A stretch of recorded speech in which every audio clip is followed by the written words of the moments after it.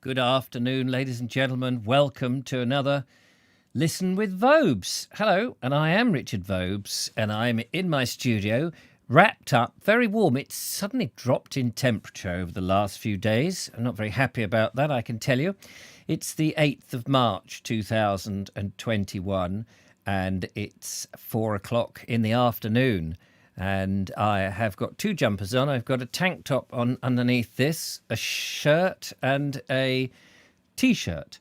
So 4 layers. And the fire I have on, I will turn it down by 1 bar because I'm a misery guts when it comes to having the heating on. I'd rather spend the money on a woolly jumper that lasts and lasts and lasts, especially if it's one from the lovely Mary Hammond, and in which case I've got 2 of them on.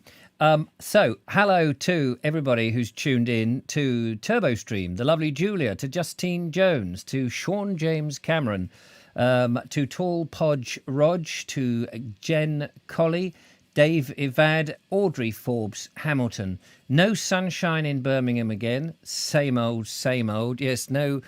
We've had bits of sunshine. First thing this morning at about 6:30, there was a little bit of sunshine. It was coming through the clouds quite nicely. And then it sort of turned on and off, really. It comes and goes. Probably the warmest place in the world. Billabong O'Neill has popped in. Hello, Billabong.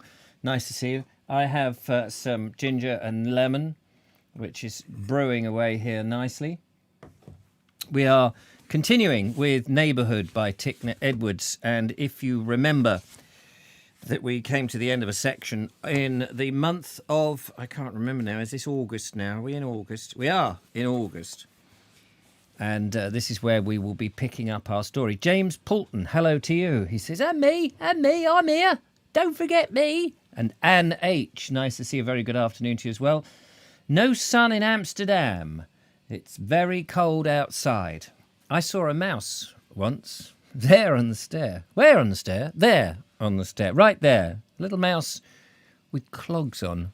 Where, I declare, was going clip, clippity clop. Oh, what does it go? Clip, clippity clop. On there, or oh yeah, or something. Ba bum ba da da da dum bum ba dum bum bum bum. Dee dee dee dee dee dee. Sing along if you know the words. Do do do do do. Oily the squid has turned up for 50 quid.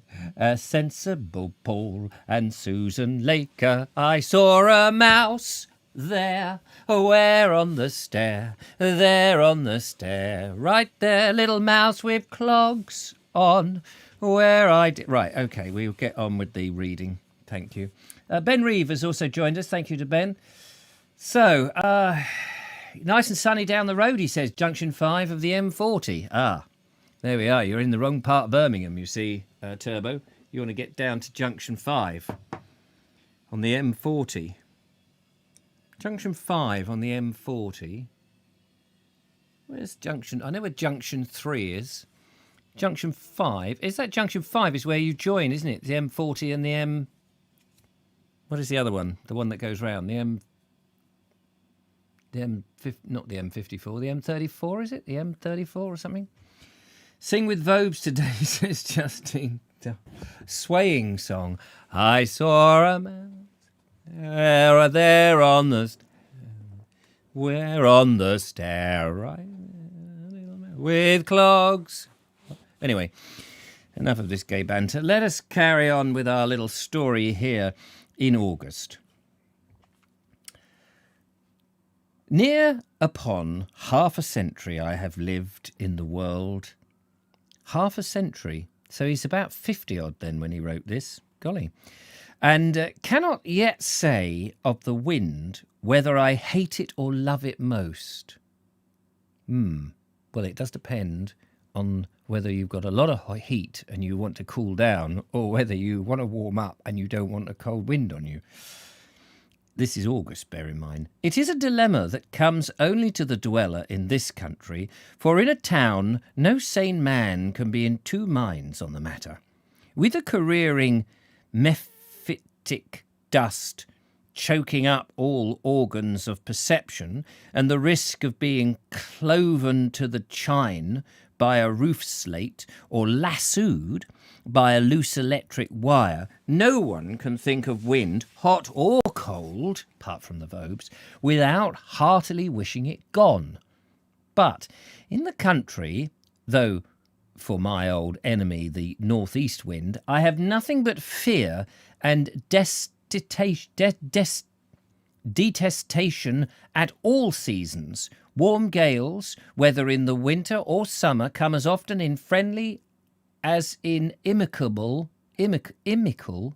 guise. Inimical. Thanks, Tickner. It's right from the bat. You've given me words to stumble over, you little swine.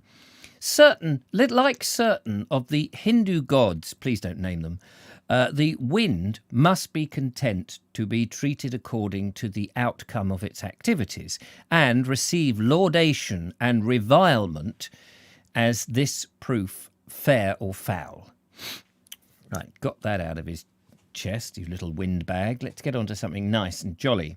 All through today, the southwest wind has been volleying up the coombe, and everywhere in the village there has been a hubbub of slamming doors and rattling casements, and the flack and clutter of linen drying on the garden lines. People fought their way step by step down the hill against the wind, like Marcel Marceau walking on the spot. He doesn't write that, I just thought I'd add that in, just to give you that image that you're desperately trying to find, as people fought their way step by step against the wind, and tripped lightly up it, and oddest and feeblest forced to stand smart in a jog trot. Aprons were blown over faces and hats snatched off at corners. The trees overshadowing the village have been lashing together and roaring out a deep continuous song. I saw a no, not that song. The three thatchers on the inn sign, each with a gilded hod of straw, have been flashing signals up to my window every time the sun broke through the flying storm rack. And 100 times in the long day, some riding witch of a rain cloud has tried to drench us, but each time the southwest gale has seized it by the tattered skirts and chivied it away. You try saying that when you've had a gutful. Chivied it away over the hills before it could shed a dozen drops. Goodness. Time for some ginger and lemon, methinks. Me agrees. Oh, good. Cheers. Delicious. Andrew Norris and Dudley Sawyer have also joined us in the chat room. Nice to see you both. Thank you very much. So, yes, chivied away. Chivied. It's a good chivied it. Anyway, but it has been a good wind all through, and fine, heartening weather, and I have been glad to be abroad in it whenever I could spare or steal an hour. Said the old vicar as we climbed up Windle Hill together this morning, his long white beard flowing out before him as he lay back on the blast. I know what you've done. I know what you would have done if I'd have let you choose the way. You would have struck deep into the woods like the butterflies and missed all the healthy buffering of it. But there's only one place for a man today, and that is on the open down. It never pays in the long run in life to study how to keep out of the way of hard knocks. The sunshine raced ahead of us, vaulting the hilltop, and was gone. What was that? That was your life, mate. Was that it? Yep. A scatter of warm rain drove out over the grey heaven. I turned my coat collar up just in time to intercept the returning sun. True, I said, but the good of hard knocks depends on their frequency. Not on their frequency, but on the profit that you extract from them. I get and keep designedly as much of this as I can, so a little goes a long way with me, and I love the quiet and stillness of the deep wood when the wind is roaring out into the open. If we had gone there today, we would have found the Rose Bay. Did I say Rose Bay? Rose Bay willow herbs in full bloom, and more butterflies upon them than you could find in a week elsewhere. Besides, the ups in life are just as good as the downs. I can admire the old Scotch pine that clings to the bare hilltop through the century of winter storms, but I must not be inconsiderate of the lilies. Yes, I think he managed to get out of that one pretty clearly. The old Windlecombe vicar has a way of dealing with notions of this kind which is good for his hearer, whether he allows himself convinced or considers his dignity affronted. He ventilates such ideas as he would let light into a room by dashing a rough hand through a dust-grimed window. It is a method unpicturesque and often brutal, but effective and salutary in the main.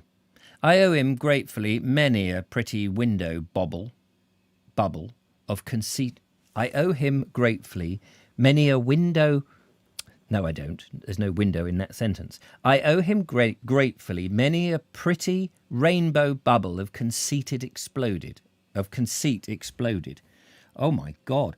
I owe him gratefully many a pretty rainbow bubble of conceit exploded. How far are we at the end? We're nearly at the end of the book. Thank crikey. Whose idea was this? Oh, yes, present from Sean James Cameron. Thank you, Sean. Pluck your head out of the sand, quoth he, for your ragged hinder parts are visible to all the world of honest eyes. The pine and the lily are not choosing creatures. To them is their environment allotted. To you is given the wistful fashioning of it. A man may be either gold or iron, may either for beauty or for use, made for either beauty or use. But the one will not decorate and the other uphold the world if he shirks the fires that first refine or temper him. So away with your foolish Sahara tricks and get on with the work the moment brings you, says the vicar, talking cryptically, as he does in this book. Ding, did we get Picturesque come through there? Did we mention Picturesque? My goodness, what's happened? In 198 pages. By this, he meant I was to look about me and tell him what I saw as we went along, a duty in which I was too often an unintentional malingerer.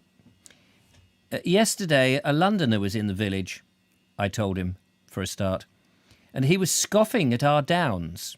Where, said he, are the green highlands of Sussex that I've read so much about? Why the hills are not green, but brown. And it was quite true at this season. And from his standpoint up the valley, who's talking? Is he talking or the author talking? Or is he just quoting? Yes, I can't remember whether he's quoting.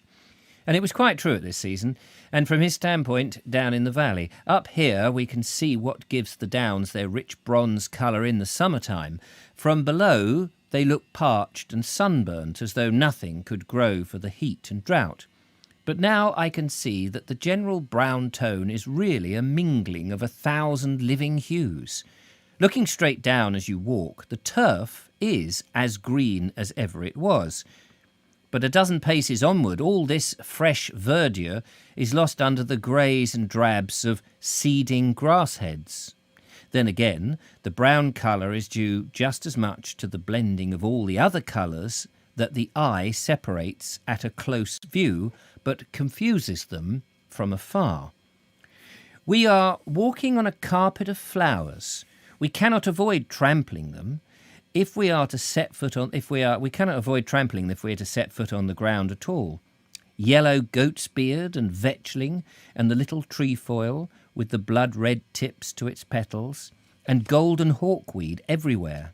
For blues, there are millions of plantains, and sheepsbit, and harebells, and the wild thyme purples half the hillside, making the bright carmine of the orchids brighter still wherever it blows.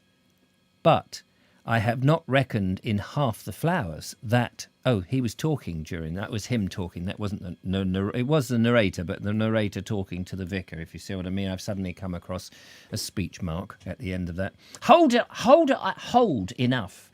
I'm sick of your Londoner.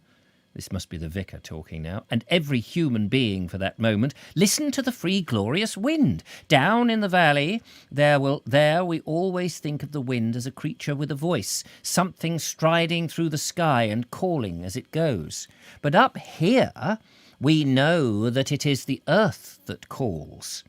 Hark to it swishing and surging and sighing for miles around.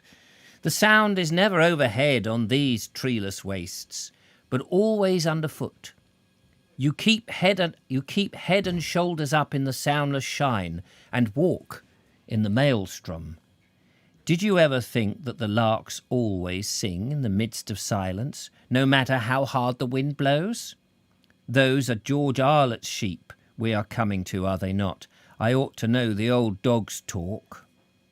I scanned the hills about me, but could see no sign of sheep, shepherd or dog.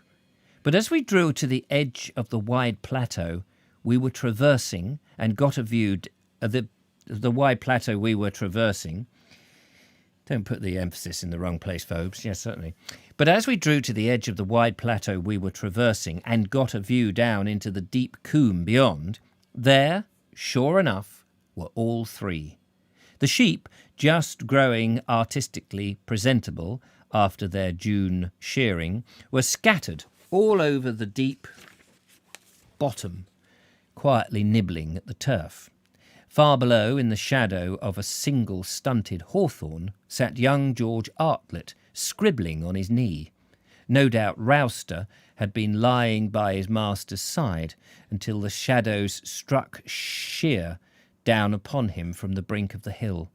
But now he was up and pricking his ears sharply in our direction, growling menaces and wagging a welcome at one and the same time. I gave the Reverend what I saw in a few words. To my surprise, he began to descend the steep hillside. After all, he said, George Artlett and I never really fell out, but we agreed to differ, and that is the most fatal, most lasting disagreement of all. I should have known better. I think I will risk a hand to him again. As we climbed down the precipitous slope into the shelter of the coombe, the wind suddenly stopped its music in our ears. There fell a dead calm about us. At the bottom, we seemed to be walking between two widely separated, yet almost perpendicular cliffs of green, with a great span of blue sky far above, across which the heavy cumuli, is it cumuli? Raged unceasingly. George Arlett got to his feet at our approach, thrust his paper into his pocket and gravely clawed off his old tarpaulin hat. He took the hand held out to him with wonder and a little hesitation. How fares the good work, George? Artlett was silent for a moment. He tried to read the sightless eyes. Shapperton, sir, 'tis allus slow going. Allus, I think, is always, is it? 'Tis always slow going, but going all the time. We did famous with the wool, and George, leave the wool alone. You know what I mean. George Artlett swung round on his heel and swung back again. He counted the fingers on his gnarled hand slowly, one by one. Be ut priest to lost ruminate, or be ut man to man? He asked, not knowing what the hell he was talking about, looking up suddenly. It is just one child in the dark way, putting forth hand to another. For, to the best of us, George, comradeship can be no more than a heartening touch and the sound of a footstep going on a common road and the voice of a friend. Do you see a light at the end of your path? Aye, I do that. Look closer. Is not the light just the shine of a beautiful face, very grave and sorrow, but with a great joy beginning to spread over it, and though the deep voice stemmed on in the sunny quiet of the coombe, I could distinguish the words no longer, for something that was by no means part of me, but more a delicate nature, had set my feet going across my will. I was halfway down the long alley of the coombe before I stopped to wait for the old vicar, and then, looking backward, I fell to staring with all my eyes. "Reverend," said I, after he had rejoined me, and we had walked on together in silence for a minute or two, "I wish you could see what is before me now." I had brought him out of his reverie with a jerk. "Well, on with it." "I see a green sunlit space, with the shadow of an old hawthorn upon it, and in the shadow I see two men kneeling, bareheaded, their faces turned up to the sky, and with all my heart I wish there were a third with them, but there is not another fit for such company, to my certain knowledge, within 10,000 miles. He seemed to weigh his reply before he uttered, "But you're a good fool," he said, "and I love you, and there were three there, nay, a fourth all the time." Well, in terms of telling a story, he's completely lost me. Has anybody got any idea what that was about? Tickner would not be good at just a minute. No, he wouldn't. Oh, he would be. Yes, he would.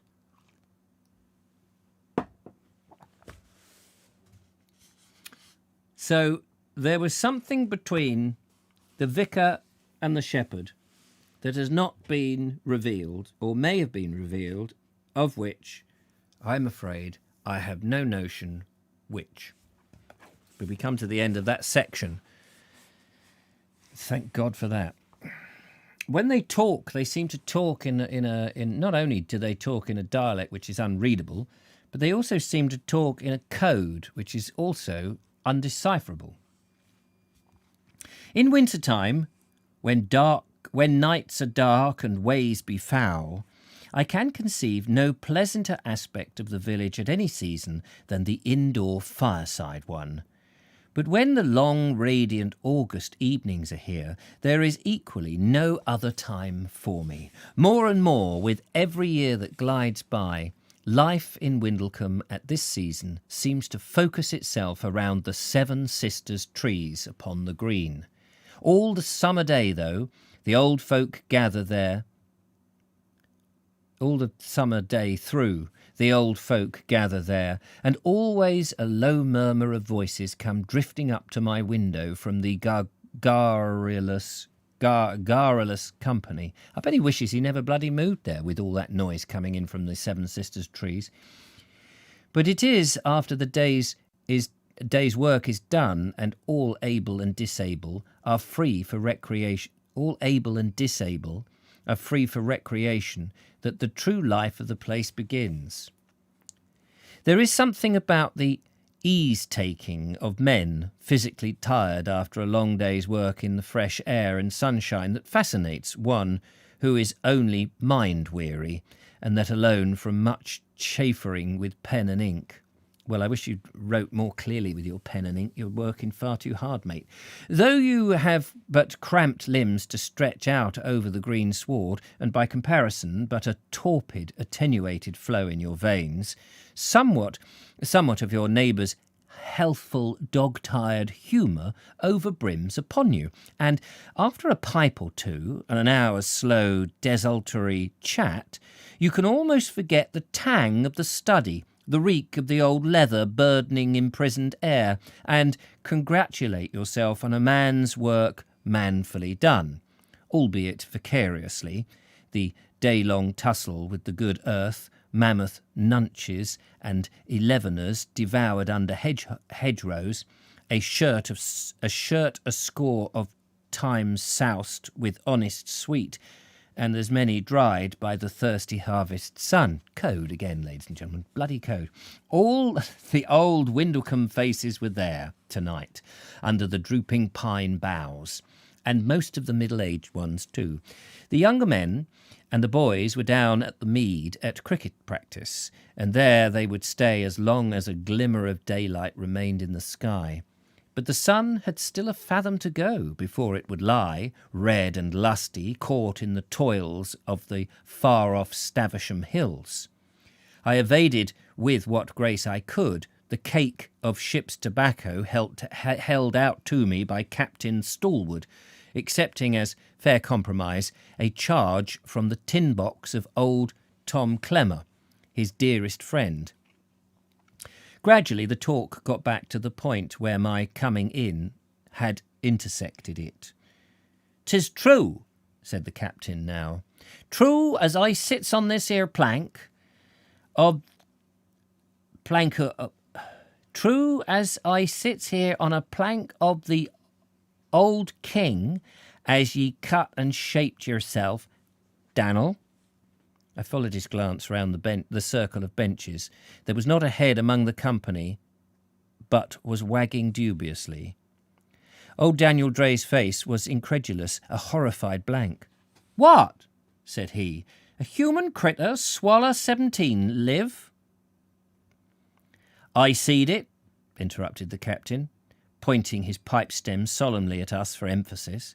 "I seed it with my own pair of eyes.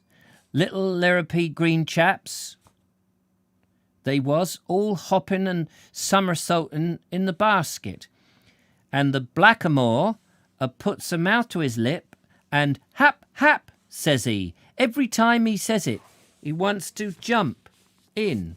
And when they were all down, he gives a sort of gruzzle and skews his head over the basket, and hap, hap, says he again. Every time he says it, pops out.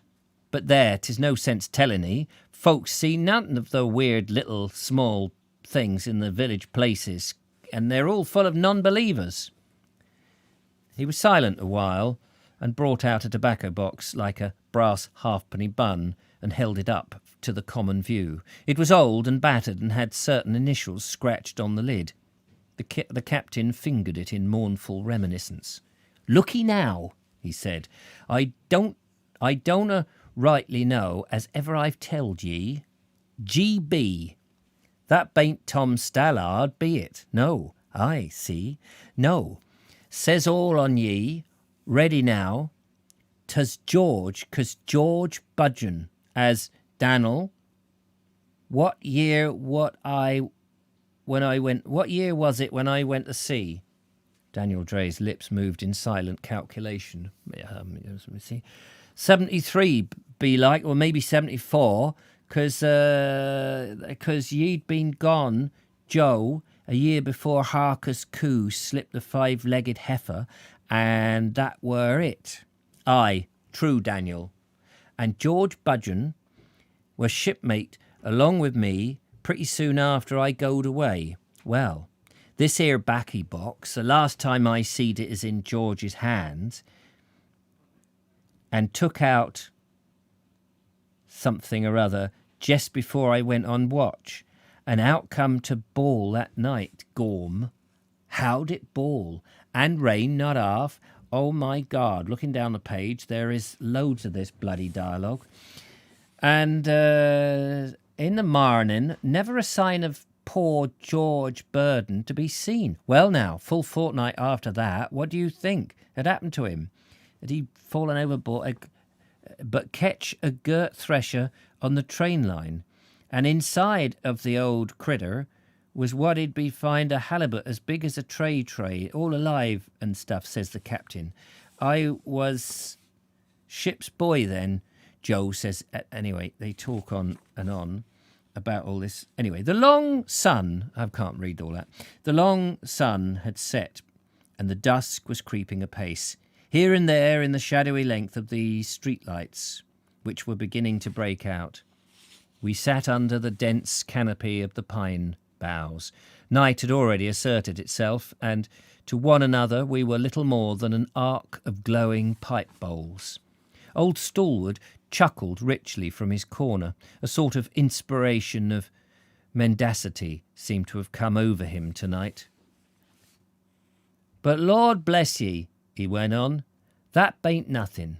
Not when we've got 35 years at sea. I knowed a man once as worked in the steam sawmill way over at Muckery somewheres, and did what I do with a fine margin, but he gets himself sawed into 2 pieces, and there he died. Doctor could do nothing to save him. But t'other kept alive for 10 years afterwards, and did a man work in the old-fashioned way. Well, blow me down with a feather," they said. 3 squares of red shone out amidst the twinkling dust of the street, denoting curtained windows of the inn. It was the signal for which we'd all been waiting, and a general stir took place in the assembly. At length none remained but me and an old seaman. He had said that he had said nothing while the dismemberment of the group was in progress, but sat there shaking in silent merriment. Now he, too, got slowly to his feet. "'Twas wonderful," he observed, moving away. "Unreal accountable of those simple things that some folks won't believe. There you are." But this story of partitioned yet still living humanity, even though it came from America, no idea what he's talking about now, was too much also for me, and I told him so. He stopped in his easy saunter to the inn. "'Tis true,"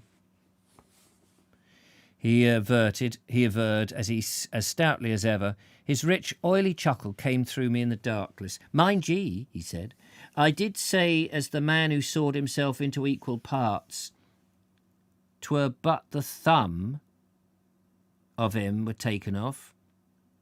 Be like I'll jest step across to the Thatchers now and tell that to Daniel." You do that.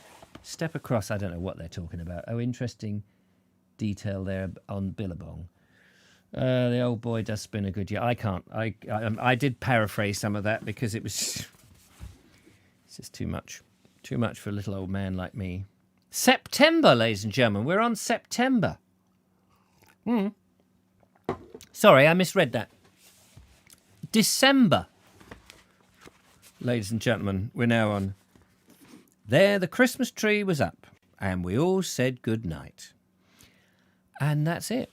Well, that was it. Oh no, we are still on September. Let's hope we get to the end of the year fairly soon now. I don't know about you. I am enjoying it in bits, but it's wearing on me now.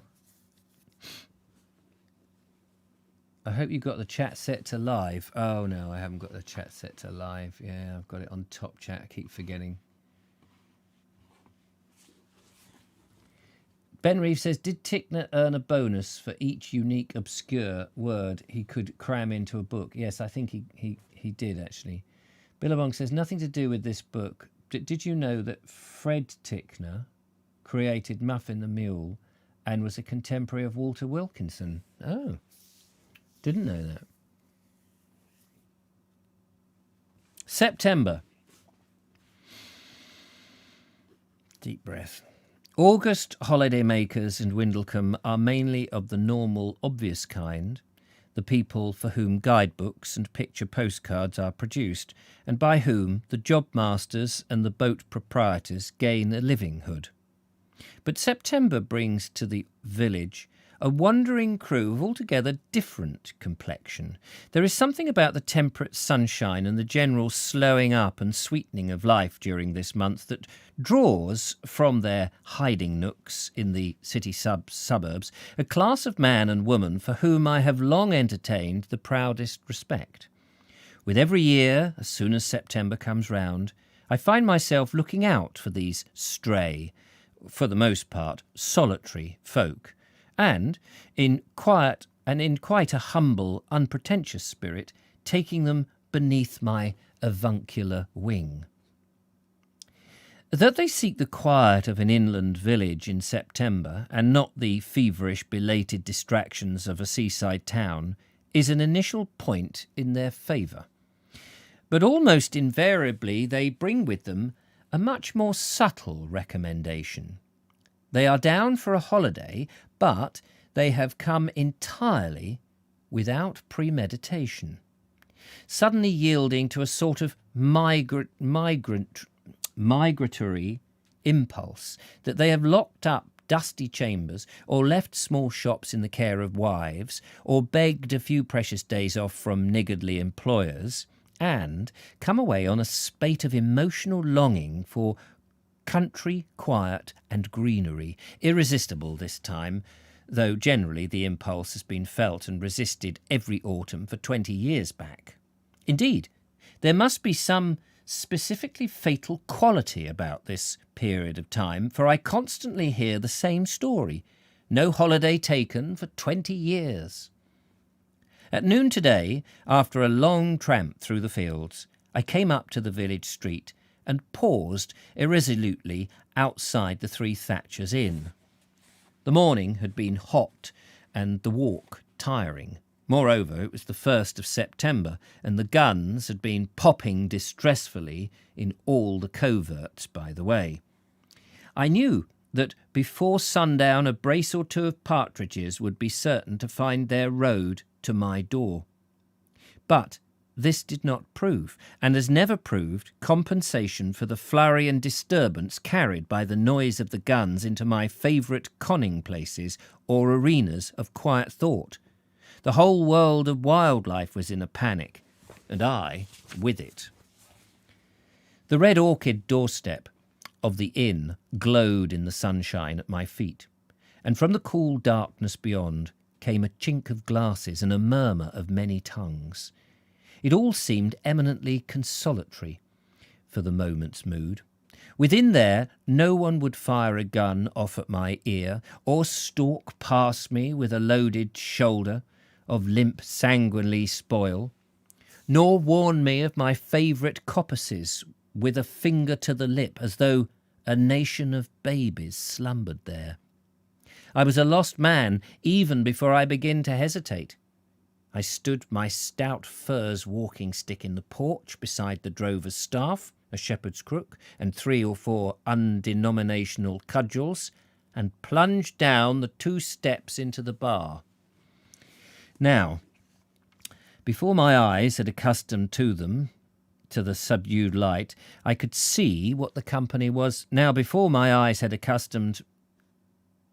Wait a minute, there's a comma in this, so this is, hang on, so instead of before my eyes had accustomed themselves to the subdued light and I could see what company was about me, I had become aware of a strange odour in the air. It was the scent of tobacco, happily unknown in Windlecombe, neither wholly Latika or Turkish, not honeydew alone or red Virginia, Cavendish nor returns, but a curious interscene blend of all of these.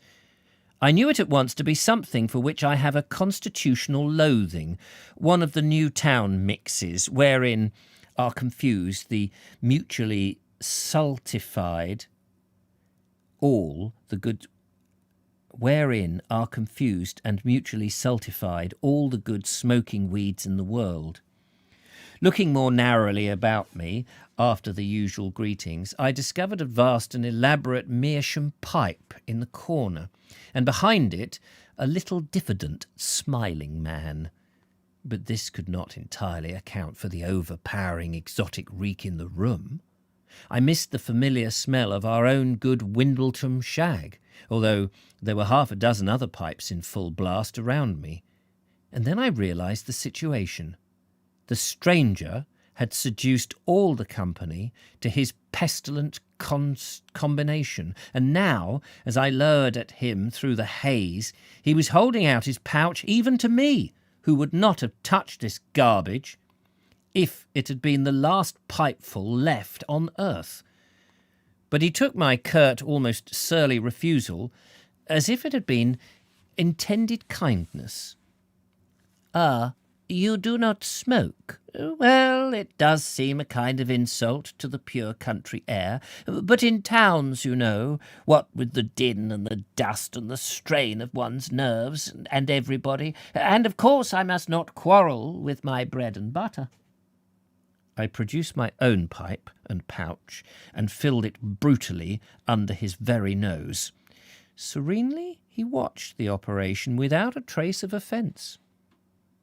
I'm in the trade, as I was telling these gentlemen here when you came in, do you know the Woolworth Road in London? My shop is behind the Elephant, and any day you are passing, But wasn't I glad to get away, if only for a few hours? And I do assume you, sir, haven't been out of London for nearly 20 years, I suppose? He looked at me in placid supply. Law! How did you know? How? But it is quite true. Being single-handed, you see, it isn't easy to... But I was glad, I will tell you. And I have never seen a real country village in my life until I got out of the train at Stavisham and walked on here. Isn't it quiet? And how funny it seems. No asphalt paving and no wires running all over the housetops, and the singing birds loose in the trees, and flowers. I suppose there is a law to prevent people picking them. There are no end. They were no end along by the road. They were no end along by the road when I came. You see how easy it is to read dialogue when it's written properly by people who speak the Queen's English, or the King's English, maybe back then. So much easier. So much easier to form a character and to sort of bring him to life off the page than to have all this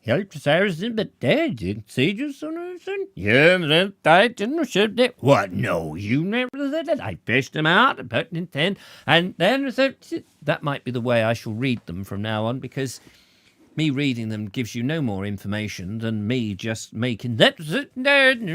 It's a regional accent. See, that's what it is. Isn't it nice, isn't it? When you go down there and see the big mountain, it just looks at you, doesn't it? And I said, no, I'm not going to put up with it. No, you said it. Sure, you give me a bit of that and I'll tell you some that. Don't you get, I'll see it aside and I'll just fistic. You couldn't bite a bit if they're hitting you with the nuts. You challenging me there, Henry? You challenging me? I'll let you out there. Tit you 10-4. Hey, gentlemen, now, come on. You making up, shaking the hand up. We're not having any of this, or you go by Bard again. Or you're shaking hand in there. I'm not shaking you shaking my hand. And I'll worry then. Sorry, that was the Archers in... whatever the name of the pub is in the Archers. I forget what the name of the pub is. A little interlude back there in the 1950s. That's how they speak. Somewhere in Britain. Anyway, this gentleman speaks in nice, clear English for me to read, which is rather special. Somehow my heart warmed to this inconsiderable byproduct of civilization that had strayed among us, and presently, as much to my own surprise as his, I found myself loitering down the hill again, with him at my elbow, having promised to show him that there were other flowers in the country besides the dust-throttled daisies and dandelions of the roadside. We took the path that runs between the river and the wood. He soon let his pipe go out, for he moved in open-mouthed wonder all the way, which rendered smoking impracticable. At last we came to a bend in the river, where the bank sloped gently down to the waterside, covered with all the rich-hued September growths, and we sat down to rest. I did not plague him with the names of things, nor with any talk at all, but lay, for the most part, silently, watching the effect of the place upon him, as one might study the denouement of a dormouse let loose amidst the like surroundings straight from Ratcliffe Highway. He took off his coat and hat and sat quite still for a while, with legs drawn up and his chin upon his knees. But presently he fell to wandering like a child about, ducking his pallid bald head over each flower as he came to it, but keeping his itching fingers resolutely clasped behind his back. It was a brave show, even for this brave time of year, though other months afford perhaps a greater variety of colour and kind. Nature in the early autumn seems more forceful and impressive because she concentrates her energies into the dealing of the one blow, the urging of one appeal upon the colour senses. It was the purple month. Look where we would, the same royal colour filled the sunshine. Purple loosestrifes edged the river, and purple knapweed, thistles, heather, purple thyme and willow herb, all climbing vetch, hemmed in against us on each side, paler of hue, yet still of the same regal dye. The wild mint, the cranesbill, marjoram, and calamint crowded one upon another, and close to the water's edge the Michaelmas daisies were almost already in flower under both banks. The soil was, and under both banks the soil was tinged with their pure, cool lilac, mirrored again, yet more faintly in the drowsy water below. For half an hour, perhaps, the little tobacconist wandered up and down this enchanted place, and then he came back to me, treading on tiptoe, hushed and solemn-eyed, as if he were in church. "You live here, whereabouts?" he asked, in a voice a little above a whisper. "All the year round, don't you? You live here whereabouts all the year round, don't you?" as it were. "And nothing to do but just put on a hat whenever you want to come here, and in 10 minutes here you are. Nothing to pay, no trouble. Oh, my stars. And it's not always the same.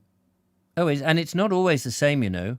I pass this way nearly every week, and there is always something different. The flowers change every month. You hear different birds singing according to the season. The leaves on the trees come and go, and the sky shows you a new picture every time you look at it. Even the river changes. It is the top of the tide now. That log floating out there has not moved a dozen feet in the last 5 minutes. But in an hour's time it will be driving swift and strong, and all the reeds and rushes that now stand up quite straight and still in the sunshine will be bending and trembling in the flow.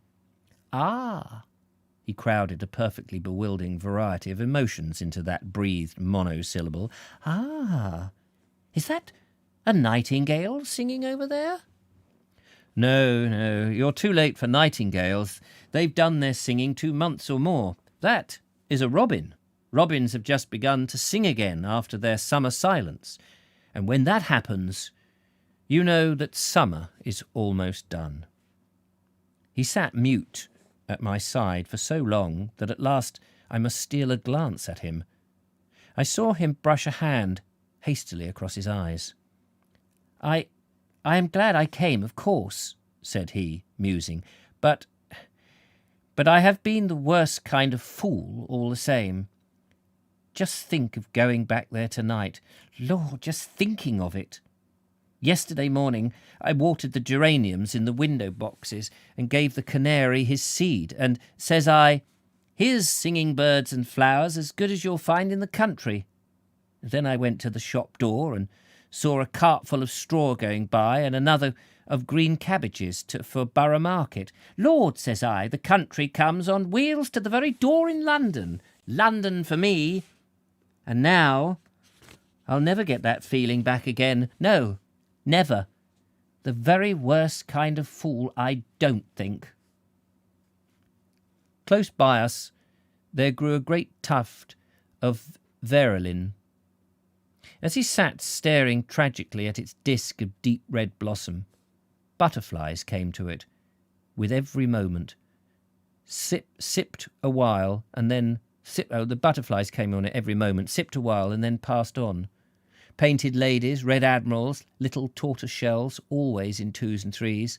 Finally, a peacock butterfly sailed over the valerian and settled there, her rich colours aflare in the sunshine. She spread out her great veins, the upper covering the lower. Then she gently slid her upper wings forward, and gradually the wonderful spots on the lower wings appeared, like a pair of slowly opening, drowsy violet eyes. The little tobacconist breathed hard. "I can see it all clear enough," he he said tremulously. A man gets a real chance here. Come worry, come sickness, come bad luck, come anything you like. All you've got to do is open your eyes and ears, and off it goes, like the bundle of sins in the Pilgrim's Progress book. But in London, he stopped short. Then a tone of deep, despairing disgust. In London, geraniums, canaries, cartloads of cabbages. Bah! I had not found myself confronted by so difficult a proposition for many a day. If only the Reverend had been there, but there was nothing for it but to try a joust with the situation alone. Depend upon it, said I, if coming amongst the beautiful natural things of the world has made you despise the mean and ugly necessary parts of your life, then you have been a fool indeed, one of the worst kind. But are you really the sort of fool you think? And have you not overstated both cases? In neither town nor country is there all of good or all of evil. There are plenty of geraniums and cabbages in Windlecombe, and, alas, canaries. And in London there is plenty of beauty, if you look for it with the right eyes. Beauty? In London? He repeated incredulously. Yes, truly. And the people who see it and enjoy it most are just those people who have the deepest knowledge of and love for the natural things of the countryside. Now, shall I tell you what sort of fool you really are? He thought for a moment, eyeing me with some perplexity. Well, yes, he said at last, if it isn't too much trouble.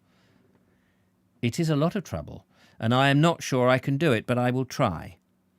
Did you ever hear of the saying, where ignorance is bliss, 'tis folly to be wise? No, I can't say I ever have. Well, you have fallen right into that trap. You have given yourself 20 years of that kind of bliss, and now you have to pay for it. But what was it that made you start off in this morning in such a hurry to get to the country, when only yesterday you were quite content with your window boxes and your screeching yellow gewgaw? He considered a little and then blushed his eyes.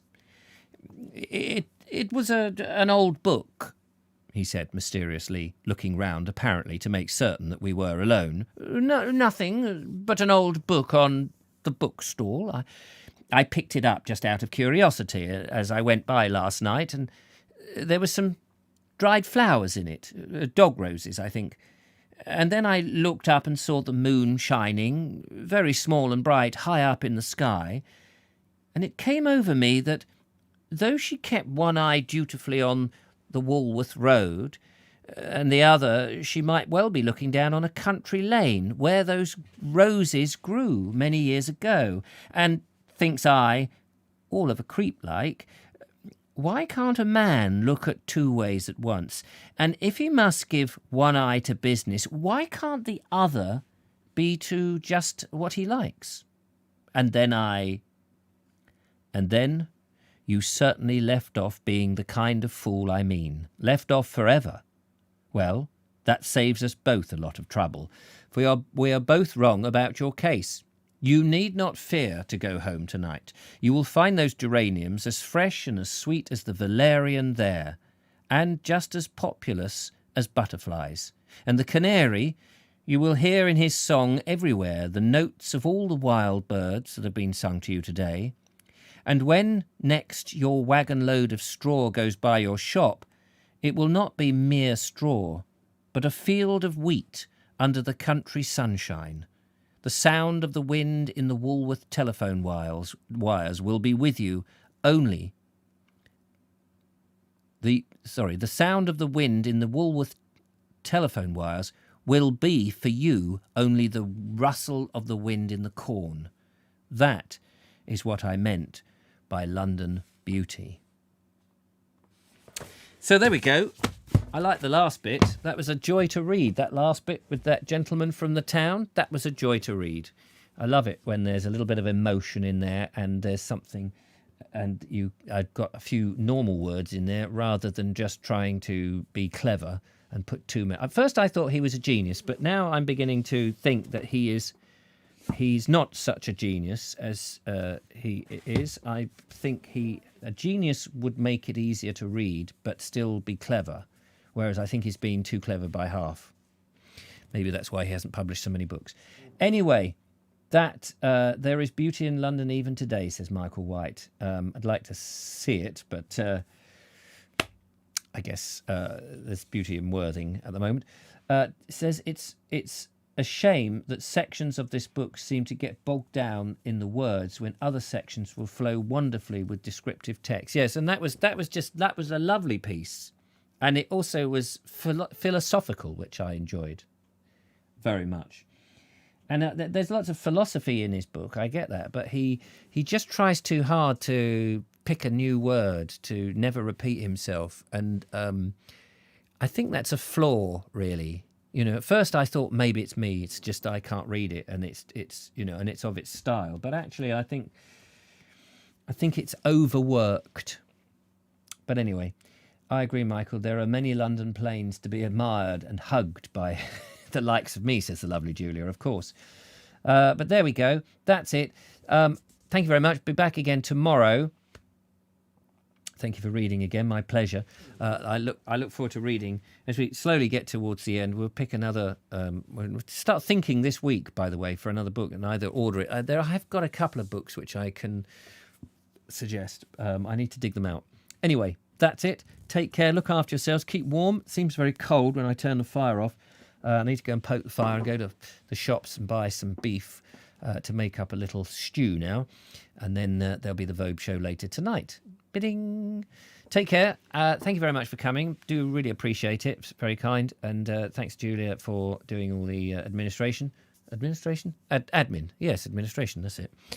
Or moderation, I suppose, is the word. That's the word I'm looking for. I can't think straight. Anyway, enough from me. Arrivederci. Ta-ta for now. Bye-bye.